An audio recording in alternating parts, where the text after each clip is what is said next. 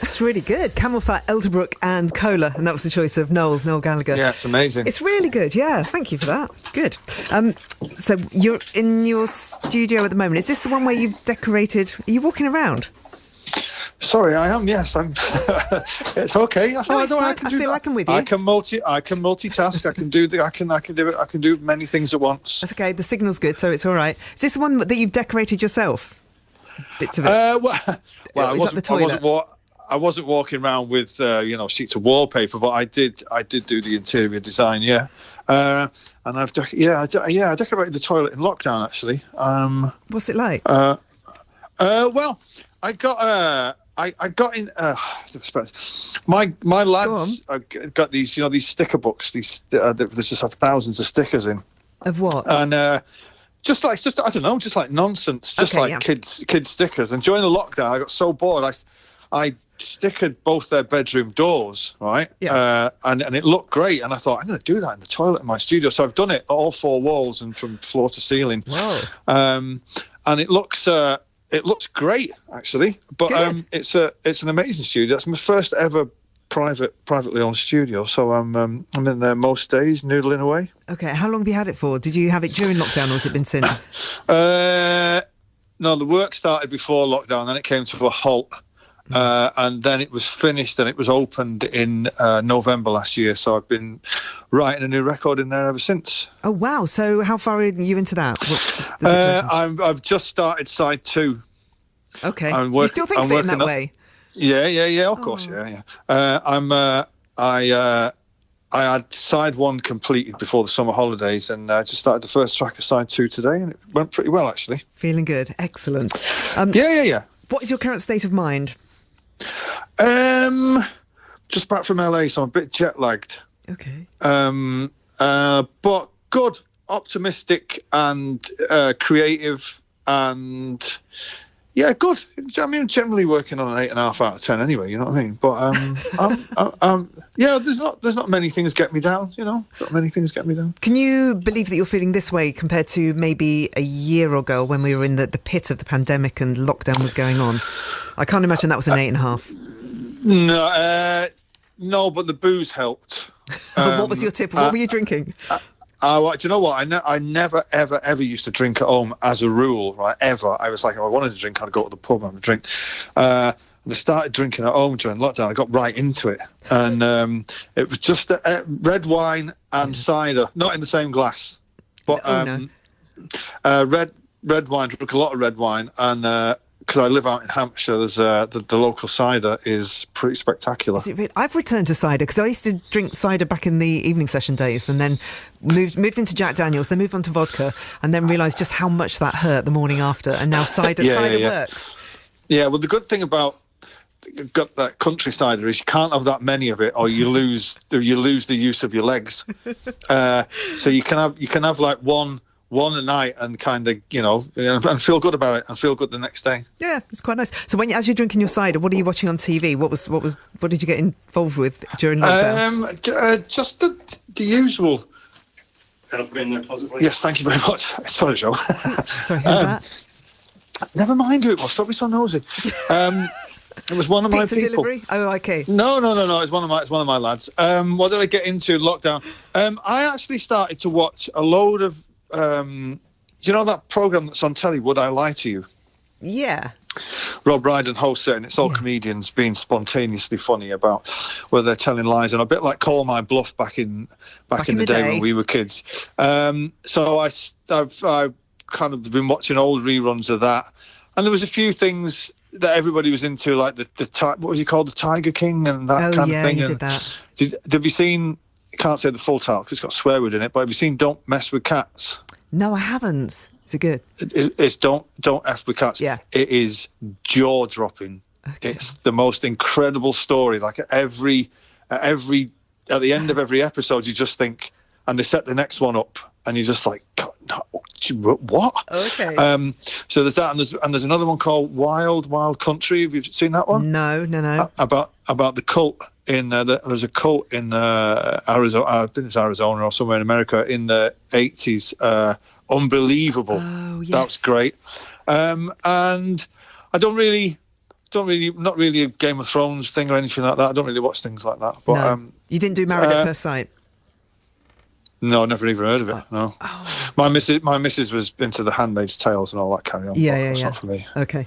Right, we should play a bit of the session. We'll talk more. We can always talk for hours, but let's play the first track, and this is Noel Gallagher's High Flying Birds. And just reading ahead of talking to you tonight, and you were saying you realised, actually, not in the very beginning, but you realised that Noel Gallagher's High Flying Birds is kind of the style council in Paul Weller land. It's like he did the Jam and then he moved on to that.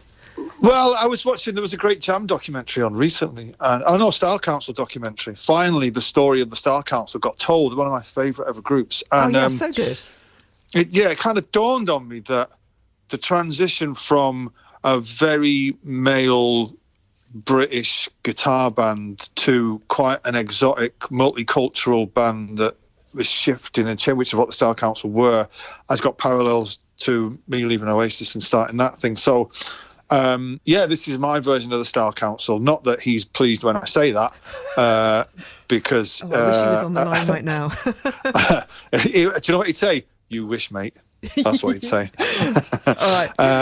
Yeah. But this is... The parallels were quite striking to me, actually. Okay, we'll talk more after this. This is Flying on the Ground.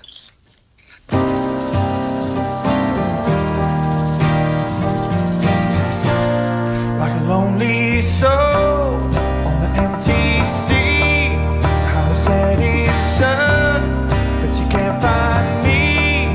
I'm flying on the ground, yeah, I'm upside down, 'cause it got so high. And I'm walking single file on the open road. My head is in the clouds, got a heart of gold.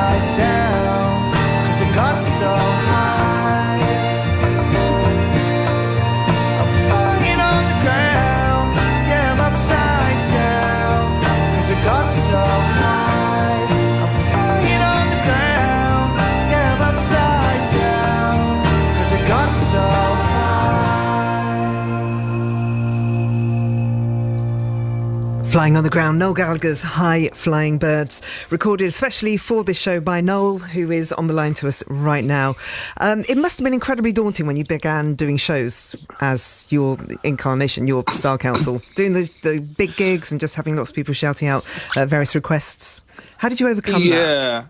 I started out with theatres, which I didn't mind because I hadn't done them for years with Oasis, particularly in England. And then it kind of blew up really quickly. And I remember when I played the O2, I didn't enjoy it at all. I felt dwarfed by the venue. Yeah. And I've not played many arenas since, I've got to say. Because you enjoy the interaction, I guess, with the audience. Yeah. And it's something we quickly went. I don't think we ever did theatres with Oasis. We went straight from nightclubs to stadiums. We kind of bypassed the theatre circuit. So I got to do it, and it's kind of where my level is now. But on the night of my first gig, your ego takes over, and you're kind of thinking, I wonder how long it'd be before somebody shouts out for an Oasis song. I thought they'll give it an hour. Right, it was within. I don't think I'd even played a note before someone was shouting out for "Slide Away." You know what I mean? And how did you? A leveler, I guess that was. I mean, I'm so used to it by now. You just got to get on with it. You know what I mean? And luckily, my records have all been quite successful, so that's kind of faded away now into the bit. There's still the usual Liam kind of thing, and but. Yeah, I'd imagine you feel incredibly fulfilled now, having done 10 years of High Flying Birds. Well, I have to say, before that best of came out, right? Because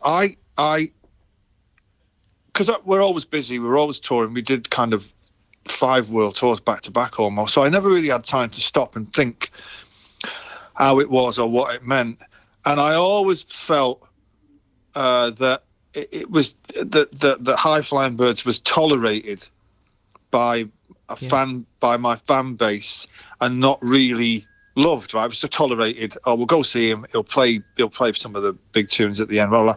But when we did the best of and it got to number 1, I was like, well, hang on a minute, I might have to rethink this. Do you know what I mean? Because people have got all these tracks and it's still so well and meant to number 1. So that in itself has given the band a new lease of life. And I'm more into it now than I was when I started. I would simply mean, I think it would simply mean the world to you. What, my band now? Of course. Well, no, just having done that transition of having achieved so much with Oasis, which I know you're incredibly proud of. But this must make you feel incredibly proud too, almost on the same level. But maybe it means more. Yeah. Well, to leave an institution like that and start again, and it be so different, and to make it work, and to really challenge the people who bought my first album, going all the way through to the EPs and Who Built the Moon, and really challenged them, and has been brilliant. And I've loved every second of it, and no 2 days have been the same. And when you're in a band and there's you've got girls on the road, it adds an whole another dynamic, and it's like a travelling soap opera, you know what I mean? And when you're sitting in the dressing room and everyone's getting ready? Well, they have their own dressing room. I don't know what goes on in there, right? But but when we gather to go on, and one of them will look to and say, "Oh, I like that top." No one's ever said that to me in a dressing room before you go on. You know what I mean? I kind of like, what? Oh, thanks. Or they'll say, "Oh, you're wearing that tonight?" You're like, well, not now. I'm going to change now, I think. But it's been a brilliant decade. Brilliant. I wouldn't have changed a single thing about it. How wonderful to say that. Let's play the cover that you've done for us, and we asked you to do a vintage gem, and you've gone for a Bob Dylan track that nobody I know who are big Bob Dylan fans have ever heard in their life. I've asked quite a lot of people. Really? Well, I love Bob Dylan, obviously, and every time I'm asked to do a cover, I always try. For radio stations around the world, and we need a cover. I always try and throw an Oasis song in. They're like, "Nice try," but no, we want a proper cover. And so this song called "You Ain't Going Nowhere," I didn't realise it was so obscure until I did a rough kind of thing of it, and I sent it to the band before they all arrived to play on it. And Gem, when he got to the studio, he said, and I was with Bob Dylan, and he said, "Oh, was it a Dylan song?" And I was like, yeah. And he said, "I thought the lyrics were a bit weird." He said, "I said to me, mate, I think he's gone mad. He's talking about dogs that walk and fish that talk and all sorts of nonsense." And I was like, "Oh no, it's a Dylan song." He's like, "Well, I've never heard it." And apparently was never on. I don't think it was ever on an album, but I've got it on a bootleg somewhere. But it's an amazing song by literally one of the greatest artists of our lifetime. And here it is. 1, 2, 3, 4.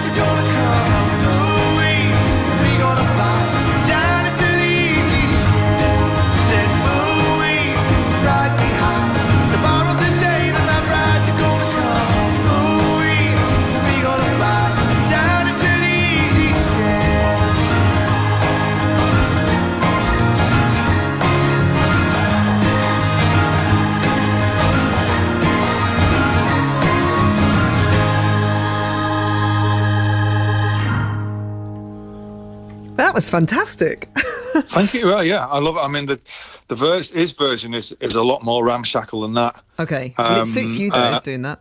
Oh yeah. Well, I love.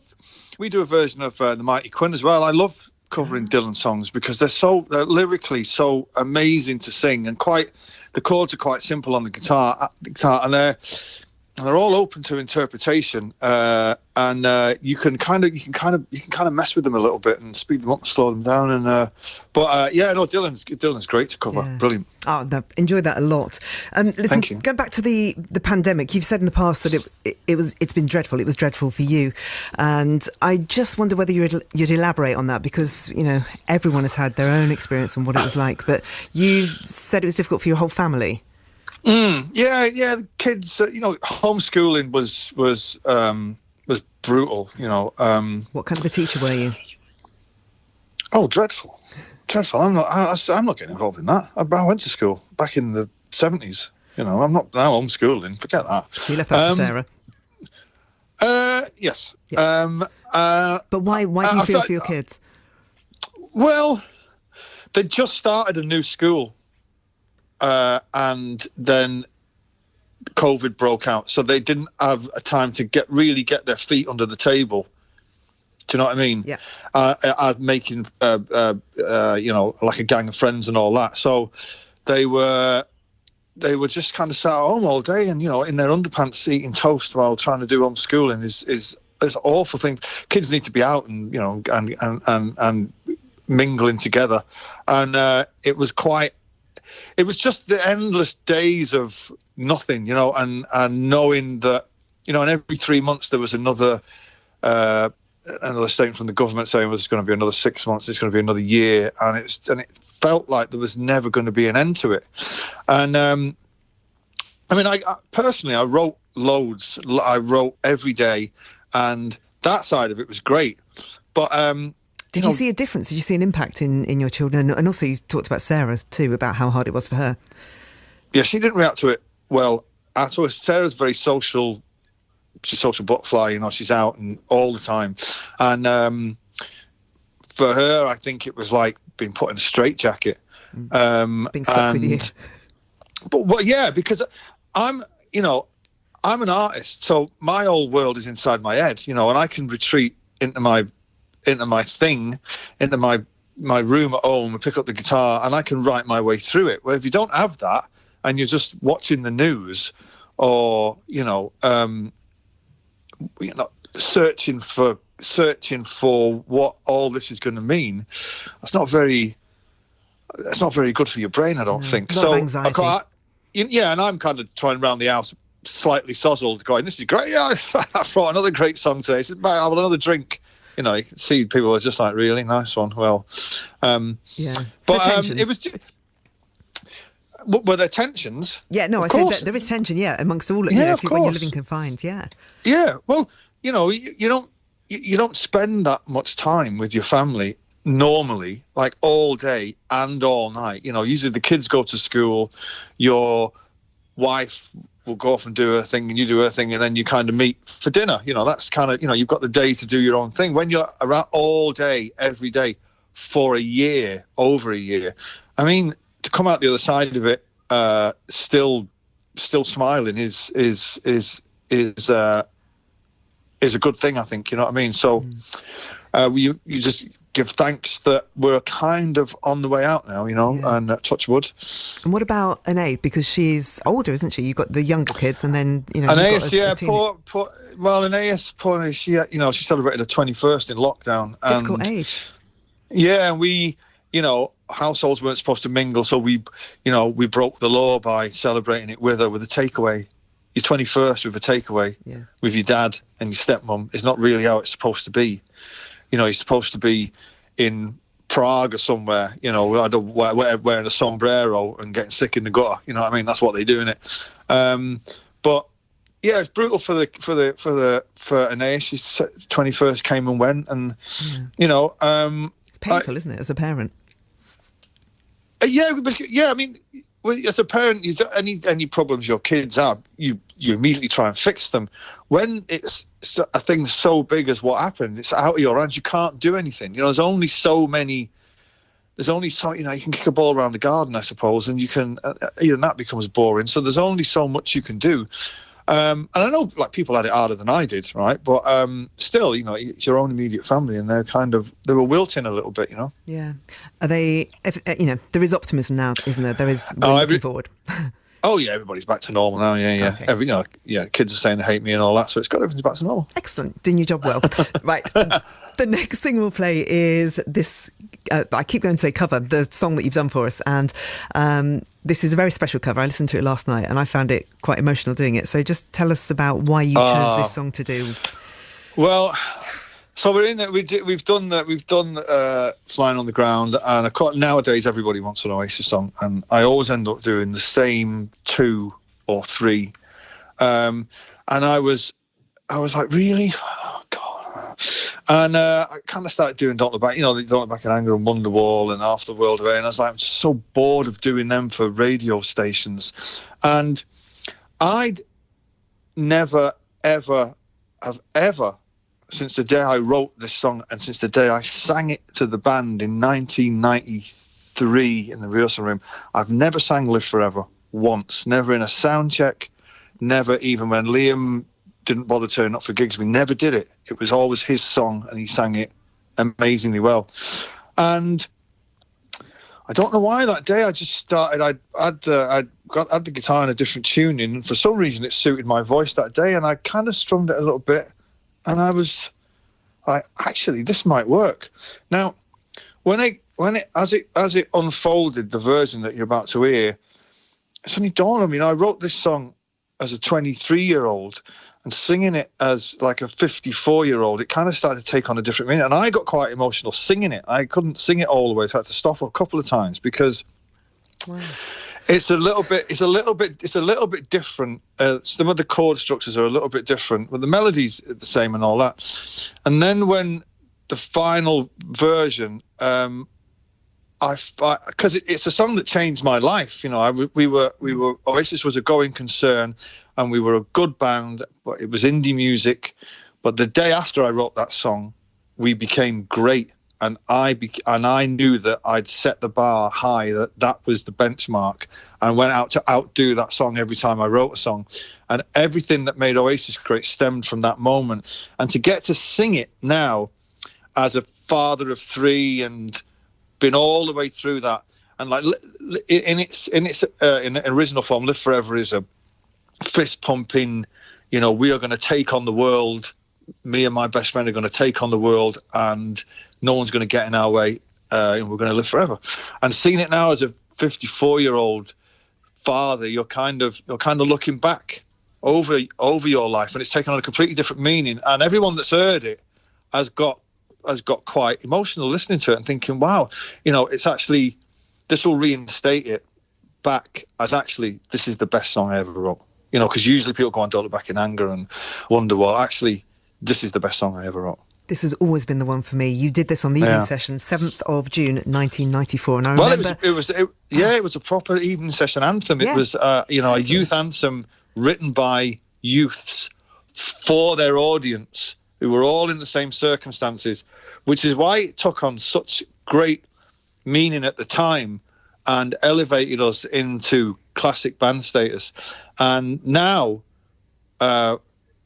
playing it now and listening to it now, and obviously I'll get to do it at the gigs. It's going to be amazing. I can't wait. You are going to do it at the gigs. Okay, right. Let's let everybody listen to this. It's just so touching listening to the words that you wrote, and with you singing it with the inflection that you want it to have. It's really quite affecting. So we'll listen now.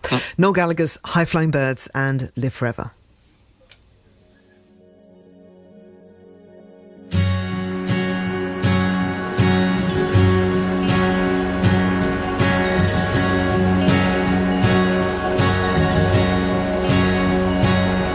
Said maybe don't really want to know how your garden grows, 'cause I just want to fly.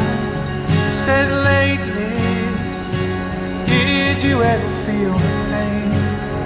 The morning rain, as it soaks you to the bone. Maybe I just want to fly, I want to live, I don't want to die. Maybe I just want to breathe. Maybe I just don't believe. Maybe you're the same as me. We see things they'll never see. You and I gonna live forever.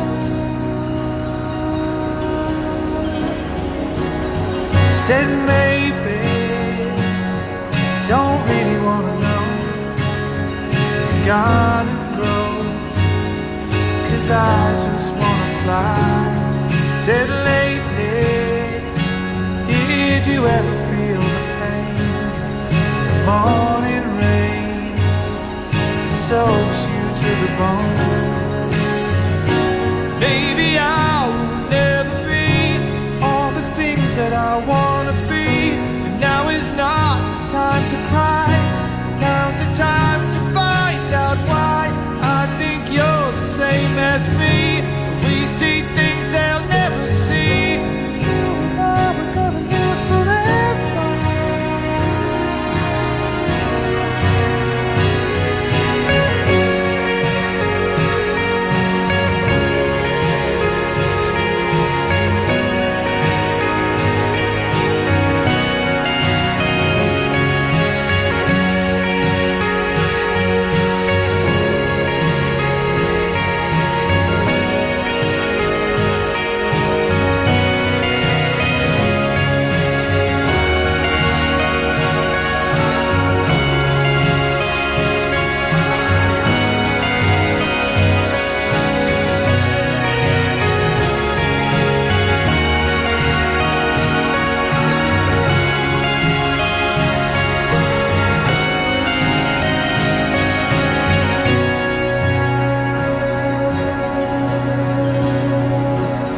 Said maybe I don't really want to know how your garden grows, 'cause I just want to fly.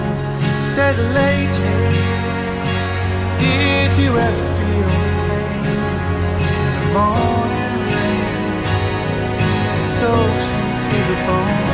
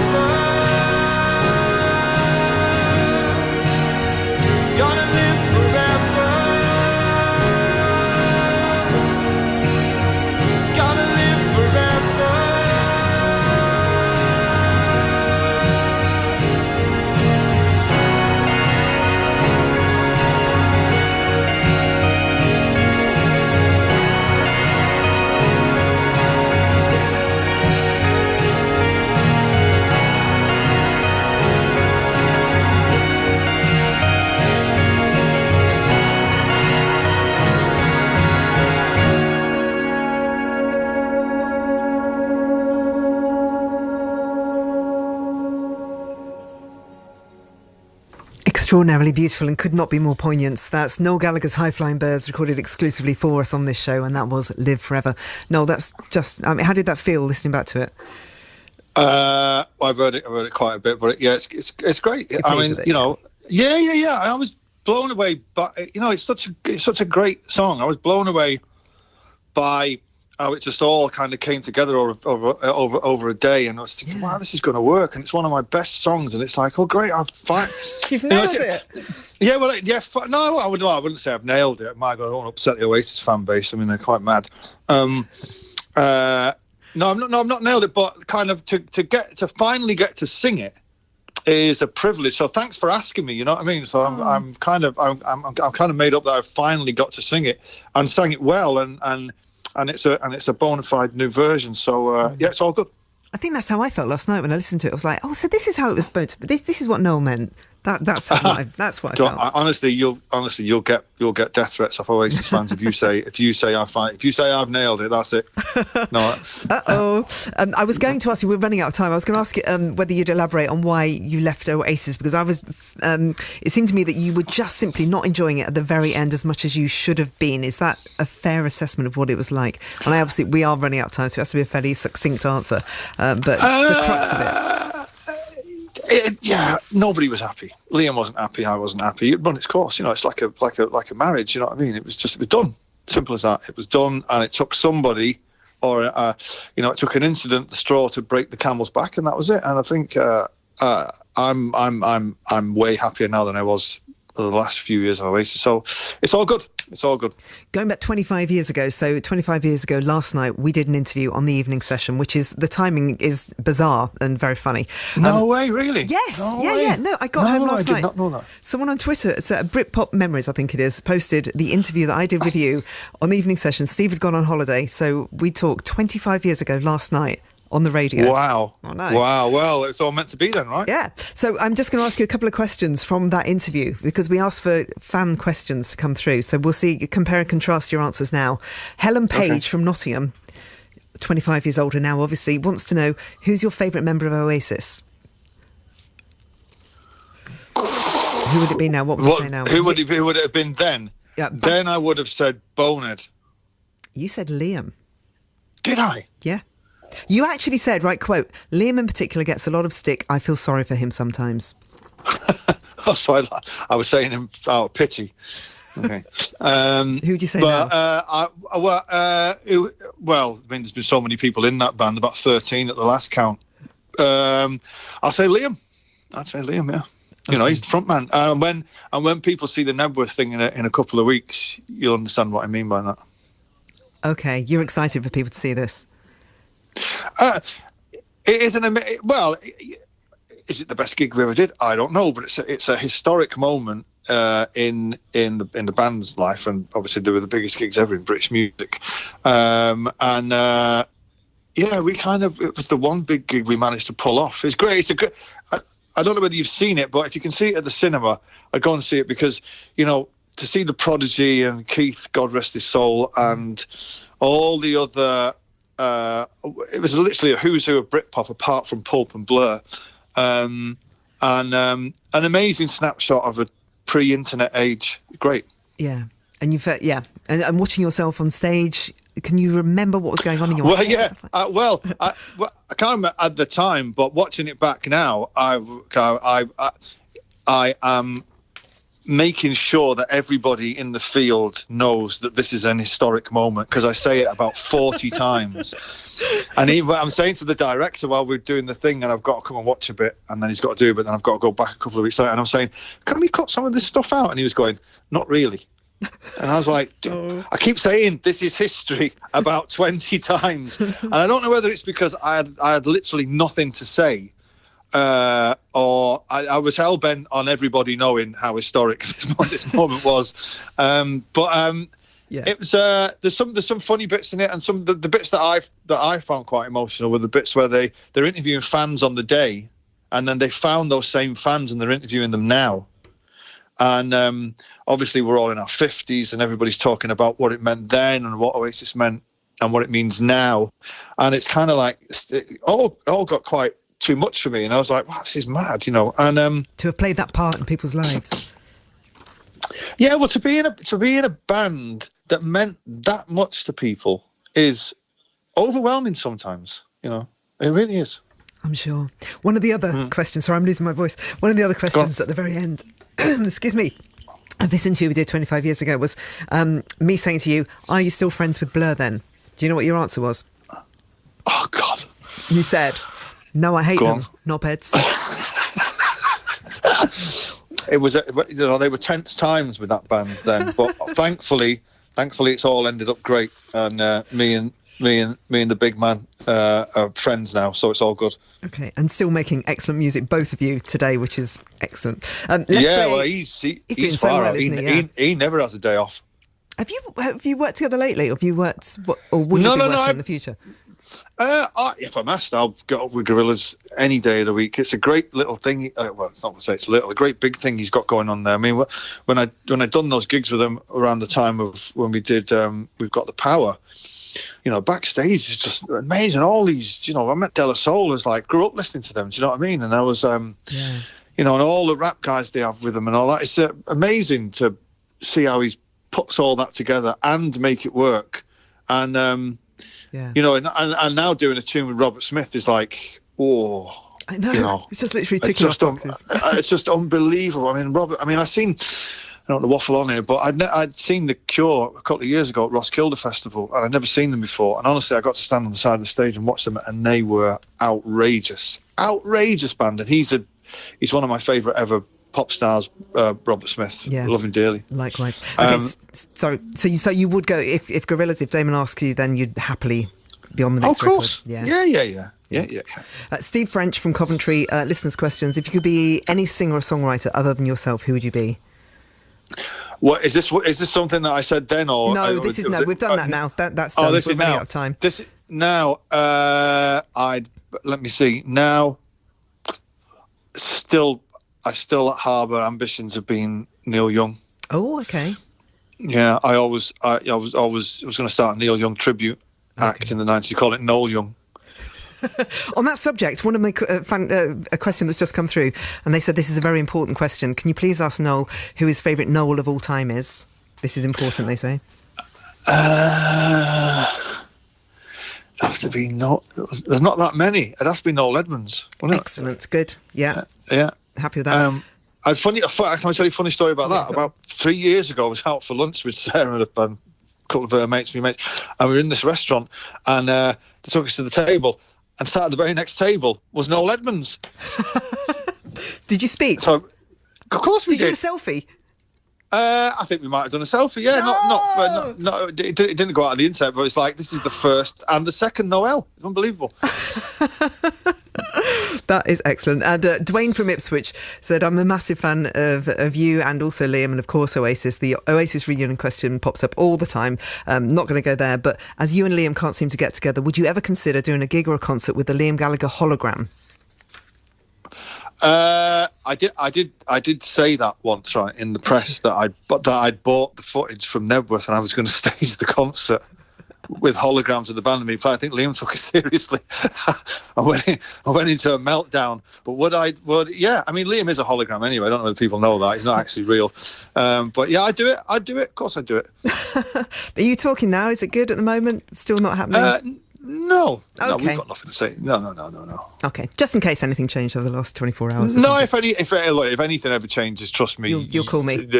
He would be the first to let people know about it. So. Listen, it's lovely to have you on the show. Thank you very much indeed. We are going to run out of time soon, so we're going to end with your childhood song, a song that takes you back to being dead young, and you've gone for The Damned. Tell us about this. Yeah, well, The Damned was the first band I ever saw in 1979 or 1980, and they're still one of my favourite ever bands. And this is it. Neat. I've picked. Is it? Yeah, Neat, it is. Neat? Yeah. It's just got a great little bass intro, and all the punk stuff is very important to me. John Lydon's one of my heroes, and I love The Damned, particularly the early stuff, and the Buzzcocks and the Clash, and yeah, that's when I first got into music. Was kind of the back end of punk and the beginning of new wave, so like Weller and Talking Heads and all that. So, but this is a great tune, great energy, great vibe. We shall play it. Are you going on tour? When will we see you on tour? Will it be 2022? I don't know. Well, for my level of gigs, which are theatres, there's not been anybody saying anything. But I had a plan anyway at the end of 2019 was to take 2020 off. Then 2021 was writing, 2022 was recorded, and then go back out in 2023. So I'm still ahead of schedule. Target. So I'm Okay. I'm not planning on doing anything till 23 anyway. But if Glastonbury happens and they want me to do it, I'll do that. I'd probably do the TCT if they asked. I'd do something if it was cool. But I'm not planning on tour because I've not got a record out. So. Okay, but we do need to see Live Forever done live by you and the High Flying Birds. Yeah. Maybe Glastonbury then. That would be good. Hopefully, yeah. I'm looking forward to playing it. Yeah. Okay, we shall end tonight's show. Noel Gallagher, thank you. You're a hero and a gent, and it's lovely to chat to you. Thank you very much. We shall play The Damned, and this is Neat, Neat, Neat. Take care. Lots of love. See you later, Joe. Bye. Bye.